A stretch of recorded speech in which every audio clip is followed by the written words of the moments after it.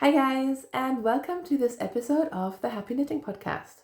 My name is Julia, I'm coming to you from the UK, and today is Thursday, the 21st of March 2024.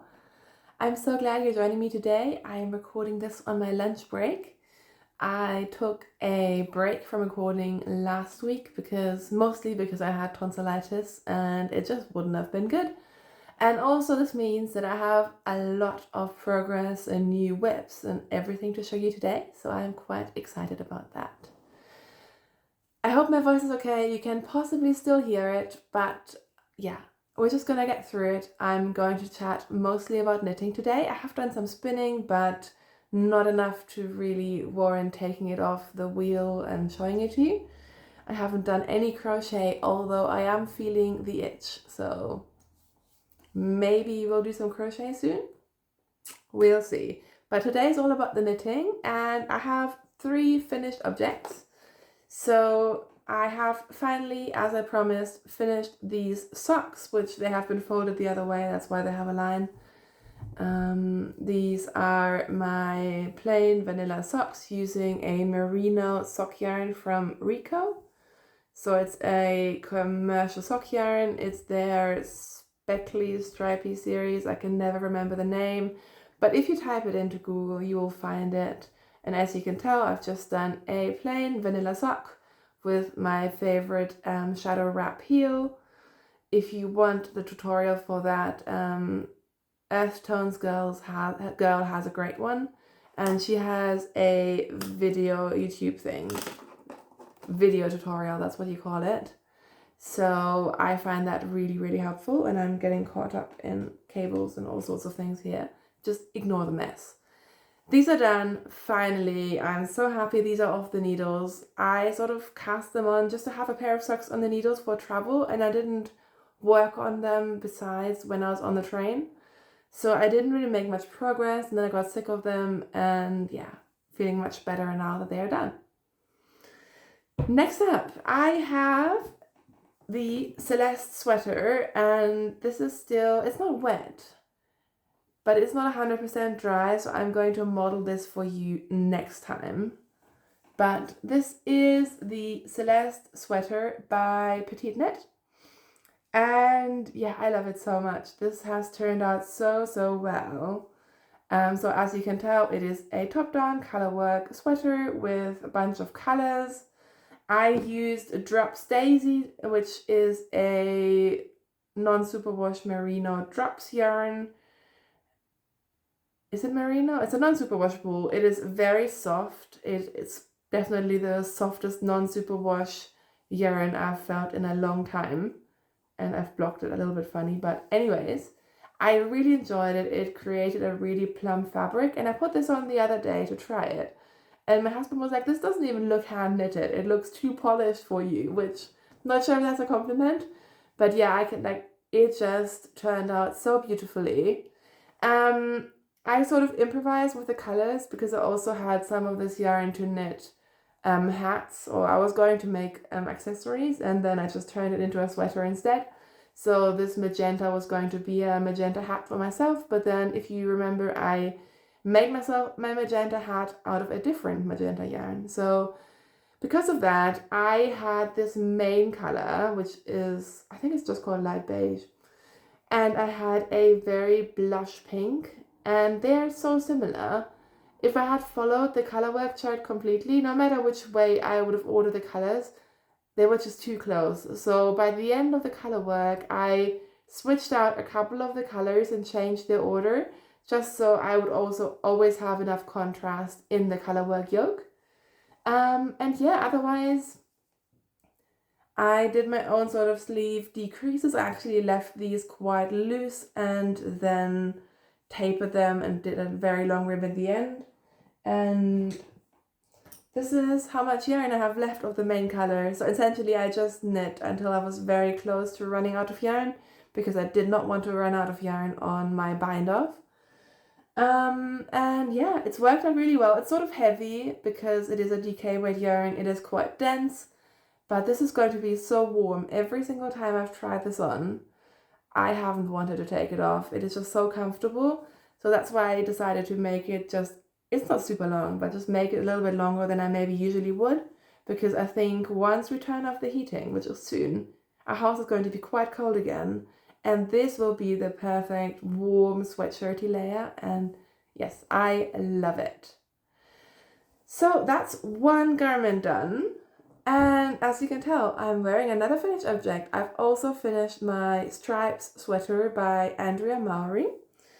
I've talked about this a fair bit in the past, so I won't go over it in too much detail. But this is Straps by Andrea Mowry, who is also Drea Renee Knits on Ravelry and Instagram, I believe. This is my third time knitting this sweater. There are some issues with it. The short rows, they're not my favorite. It doesn't really make sense the way she's laid them out. I will say that, so I've modified them a little bit. But otherwise, I've basically just knit this sweater until I ran out of yarn. So I think I finished the body first and then divided the small amounts of yarn that I had left. Oh, I don't even have the little balls anymore. But I divided them by 2, so I weighed them to make sure I had enough yarn for each sleeve in each color. And then I basically just knit stripes until I think this blackish, very dark charcoal color. This is when I realized I was definitely very close to running out. So that's when I decided to just finish it. So this has 3/4 length sleeves, and I have the ends are all woven in. I've worn this a bunch of times, but I have a couple of ends popping out, so I just need to pop them back in. Excuse my work laptop going off. But yeah, so I got this out of 250 grams of sock yarn. This is La Mana Merida, which is a merino, nylon, and silk blend. So it's a commercial, sort of higher end sock yarn, but I thought it was way too nice with the silk content to use just for socks. And I knew I was going to play a little bit of yarn chicken, and I have managed, it's fine. I think this actually works really well with the 3/4 length sleeve, and I'm not sure if you can tell, but this is just so comfortable. This is a superwash yarn. So it's a very light layer, and I wasn't sure, some part through the sweater, I wasn't sure if this was going to be the best idea, but I wore this to work on Tuesday. I actually wore it to my choir performance, and it's just so comfortable. It hangs in all the right places, it has the right amount of ease. I love this, and I think I'm going to be wearing it a lot, although I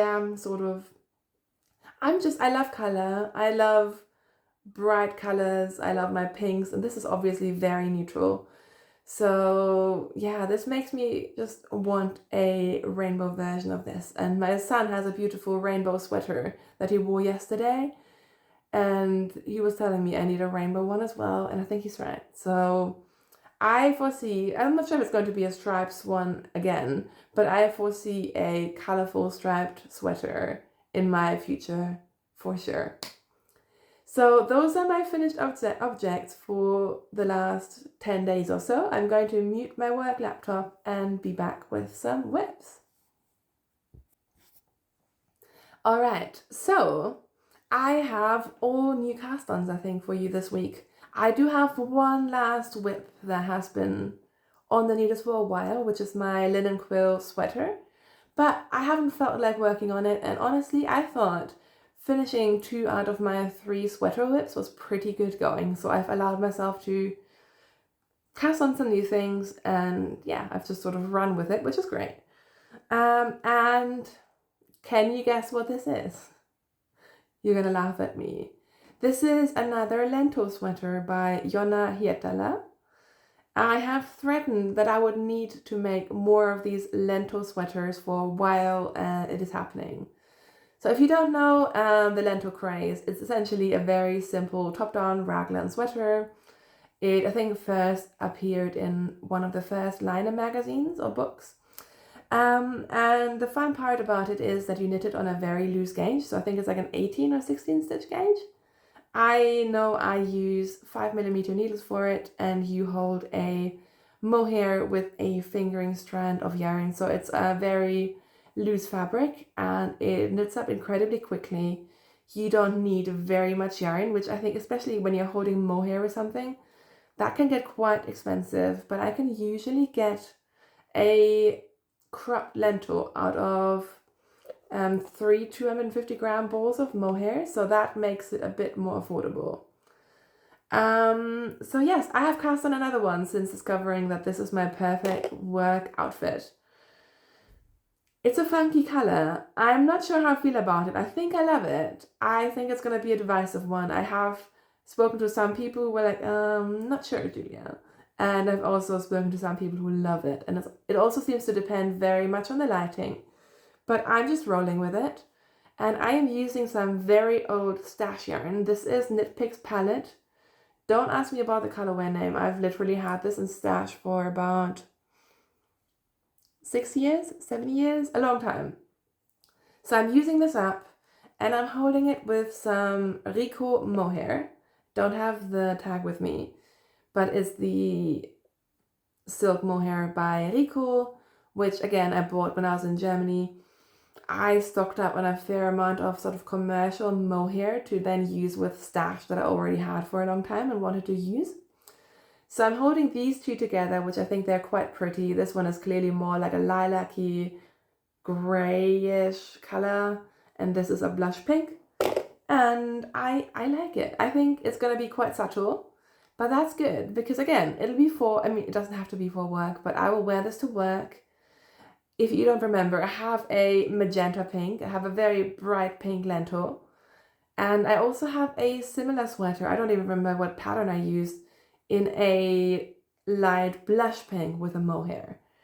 So I didn't want to recreate what I already have. And I think this is a good sort of middle ground, but still within that color family that I love. I love it. And there's going to be more like pinky things today. I can tell you that. So I have started the lentil. It is on incredibly small needles, so you can't really see it. But I have started it and I am very close to splitting for the sleeves. With the lentil pattern, I have noticed that they have changed the increases, which is interesting. There used to be an error in the pattern, so I'm glad they fixed that. But they also changed the increases from make one right, make one left to knit front back increases, which I don't mind. But I feel like it alters the pattern a little bit. Like a different increase looks different. So I was quite surprised by that. But at least there is no more error in the pattern, which is great. And what I tend to do is I skip the double folded neckline. I just do a regular neckline. And I will usually stop increasing for the arms a bit before the pattern tells me to. Just because I don't need massive sleeves just to get an oversized body. So I'm going to do that again. I'm basically just doing what I did for my previous 3-4 lentils. And yeah, I really like it. So hopefully later today, I can split for the sleeves and then, like, this is just knitting itself. I feel like I haven't really spent much time knitting on this at all. And it's just flying. So yeah, getting yarn out of stash and making more lentils. I am very much enjoying this.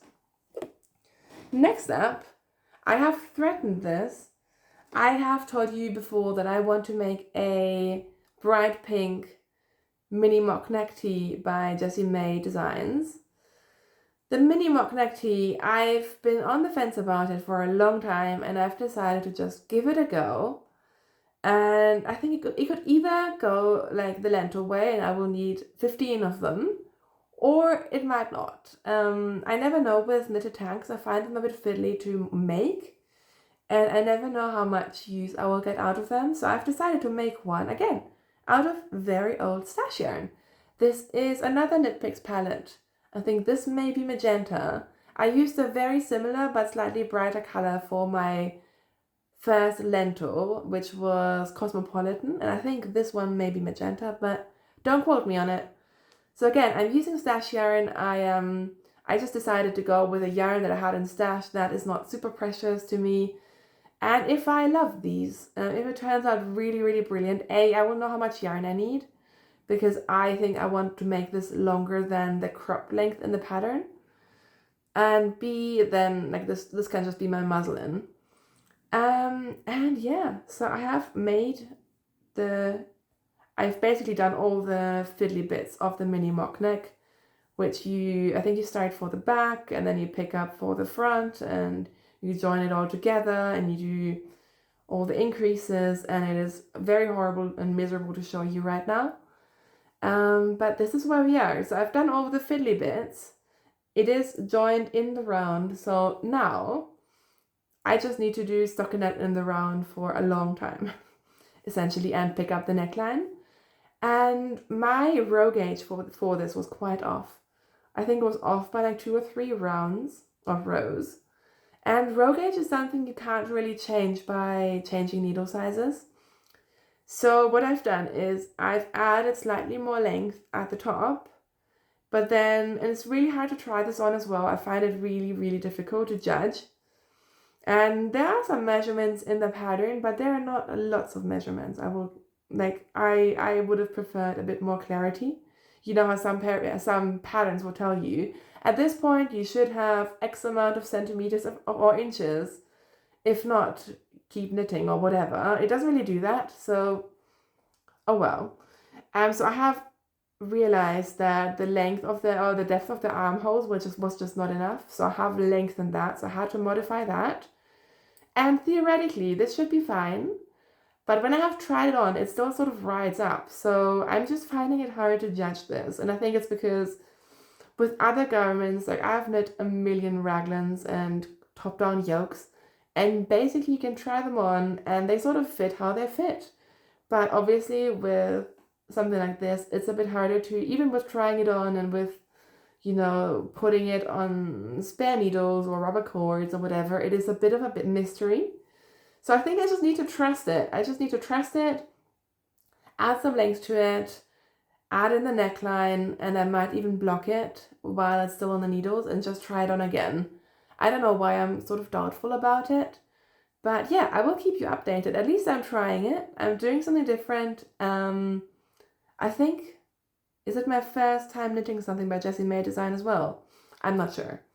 But yeah, this is where we are with this, and this is on 3.25 millimeter needles on a fingering weight yarn, so this is taking a bit longer to knit compared to the lentil. These are two very different speeds, but yeah, I do want to pick this back up and see how it goes. Alright, so that's that. And then lastly, I have, of course, started another pair of socks. I was working from home last week because I was feeling under the weather and I didn't want to give tonsillitis or strep or whatever to the entire office.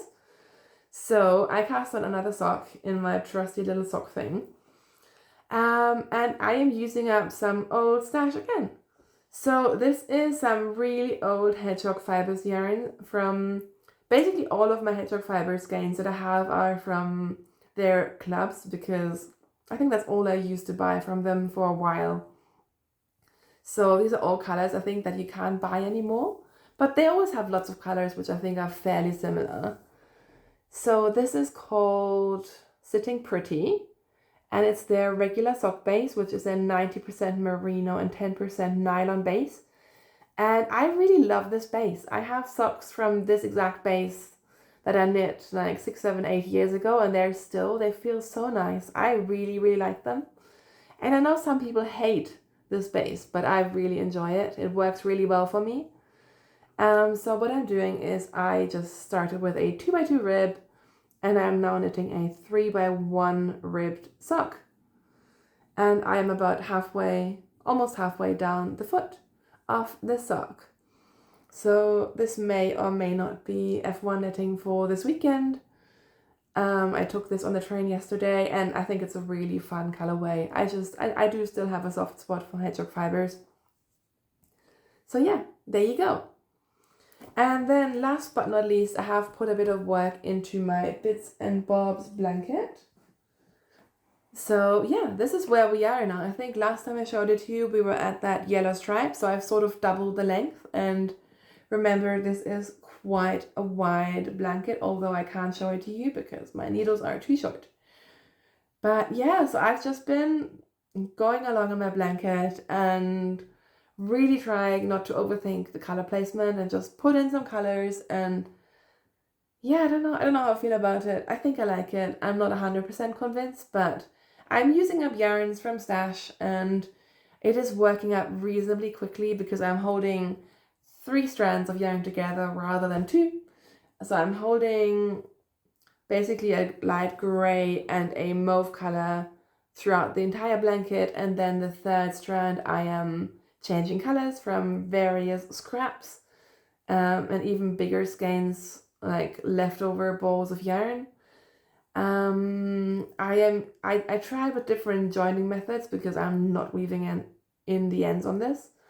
And in the end, I decided to go with the clasped weft join, which I find really useful. I think I found out about that from Louise Tilbrook, who has a knitting group, and she's quite active, I think, on her Facebook group, and she has designs and all sorts of resources. So she's always useful to follow anyways. And I learned about the clasped weft join from her years and years ago. I find it really handy for striped socks, and it actually works really well for this as well. So I'm going with that for now. And yeah, this is the Bits and Bobs blanket by Kay Jones of the Bakery Bears. Yeah, so that's what I've been knitting. I feel like I have a lot of knitting mojo, which is always exciting. I have a lot of projects planned, and I feel like I'm making a reasonably good progress on with what I have on my needles as well. So yes, the knitting gods are working with me for now, which is good. So that's basically all the knitting content I have for you guys today. For non-knitting content, I'm not really doing spring cleaning. It's more sort of spring DIY in the house, which has been quite fun. So we are finally doing up our sort of roof terrace, if you want to call it that. We didn't really do anything to that last year. We only moved in last year. If you haven't been around for that long, we moved in last February and struggled to even keep up with the garden. But we have finally decided to make our roof terrace nice, because I think it could be a really nice spot to possibly even for me to hide away and knit if I just need a break from a 3-year-old and family. And yeah, it's a really nice spot because our house is a little bit on a hill. So especially from the first floor, you can basically look over a lot of our neighborhood, over the town, and so I think it's going to be a nice knitting spot. So we've been dealing with IKEA deliveries and yeah, just getting that space nice, and I've just had some creative energy. So we've finally put up a massive round mirror that I've been wanting for ages, and I finally just put my foot down and ordered one. I've ordered some art prints for my knitting/office. So I've been picking up used or secondhand frames from charity shops and sort of playing around with that. So it's not finished yet, but hopefully soon I'll have my craft room will be getting a little upgrade as well. And I'm not sure if you know, I have all of my yarn in Ziploc bags in IKEA Kallax shelves. So it's all very open, and it just makes the room that I work in as well, it makes it feel really busy. So I finally ordered myself a ton of black boxes. So I'm gonna try at some point to stuff the yarn in the Ziploc bags into those boxes. And that way it'll be a little harder to see what I have, but hopefully it'll just give my craft room a more serene vibe. At least that's what I'm hoping. I think I'll still have my sock yarn out because that's in a different shelf, but at least like the sweater quantities and all of that will sort of be hidden away. And yeah, I'm just looking forward to that because my knitting loft/office is a weird room. It's got a navy carpet, which we're not gonna change that anytime soon because it is not on our priority list. It's also hard to paint because it's a loft and I don't know what to paint it to go with the weird carpet that I don't love, but I also don't hate. So I'm just trying to make little tweaks within what I have and what I can use without spending a massive amount of money as well. So yeah, I've been doing a bit of DIY house things, which usually I don't really feel those things. So it's been nice to do a bit of that. And yeah, we went into London on the last weekend, which was lovely. It was also very busy and it was a rainy day, and it always ends up being a bigger faff than you think. But yeah, it's been busy, but good busy. I had a choir performance on Tuesday, and now I'm just so ready for the Easter break. I think everyone is. My work has been busy, life has been busy. My little one is a little bit under the weather, not horribly so, but not 100%. So yeah, just have to get through to next Tuesday. And then I was thinking, because I have a couple of days off work just because I work in higher education, maybe I could do something similar to my knitting weekend vlog that I did last autumn, because I know some of you really enjoyed that, and I'm going to have a couple more days off than the rest of my family. So I'm going to have 2 days when my son will be in nursery, my husband will be working, and I can just knit in addition to the actual bank holiday. So let me know if you're interested in that, and I will have a good think about that as well.